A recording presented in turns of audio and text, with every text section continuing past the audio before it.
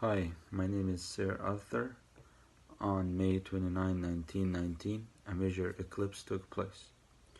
On this day, I performed the first experimental test of Albert Einstein's general theory of relativity.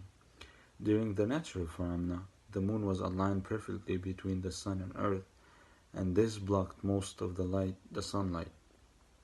And we were able to use the special glasses and telescope that were provided by the Royal Observatory to obtain measurement of the stars that would normally not be visible due to their light rays reflected from the sun.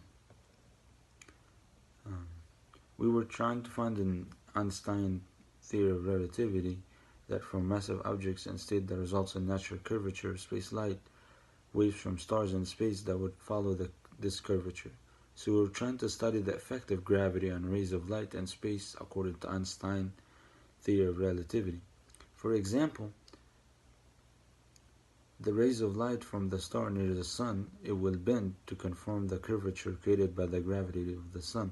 However, in some cases that the star close to the sun, the normal light from the sun would block any light emitted by the stars that are nearby to the sun.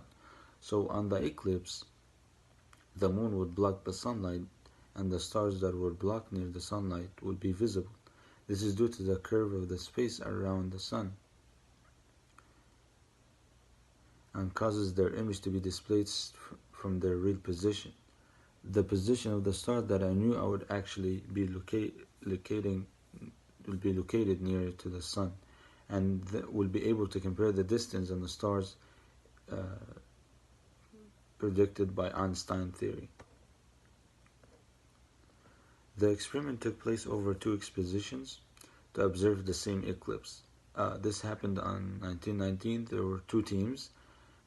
Actually, one of them is led by me and went to the island of Principe. The second team was led by Mr. Charles Davidson, and he went to Ceará in Brazil to observe the eclipse. Once we both got to our location, we were ready to collect data.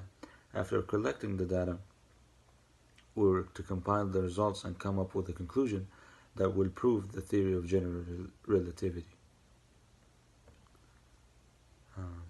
The significant event at that time, the world was healing from the World War I. It was just ended. So there was also influenza breakout, and that was a huge breakout that actually it took more global than the World War I itself. And that happened in 1918 during the final stage of war. There also was a racial oppression and strikes due to working conditions. And there's another big move was the women's suffrage movement that was on the rise for civil rights. People that were involved in this project are Sir Frank Gary Dodson.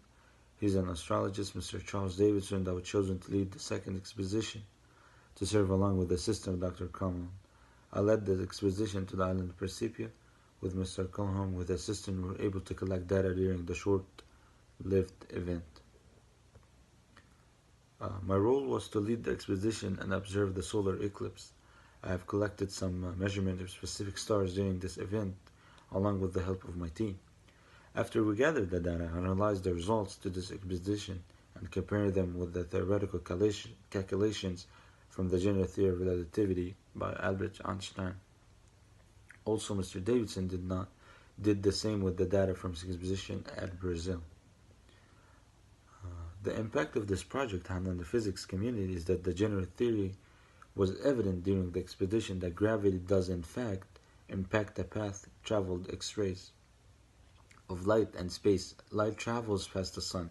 The stars line the galaxy. Light is bent because the gravity of the sun is acting on during the eclipse, that it becomes possible to see the location of the stars are normally not visible due to the light emitted by the sun. Therefore, when the eclipse happened, it made us to validate Einstein's theory by comparing the measured data with the theoretical calculations that we have. One of the challenges that we faced, that one of the telescope was not adjusted to the eclipse. So we had to calibrate the telescope to obtain a better vision to see the eclipse a lot better. Thank you.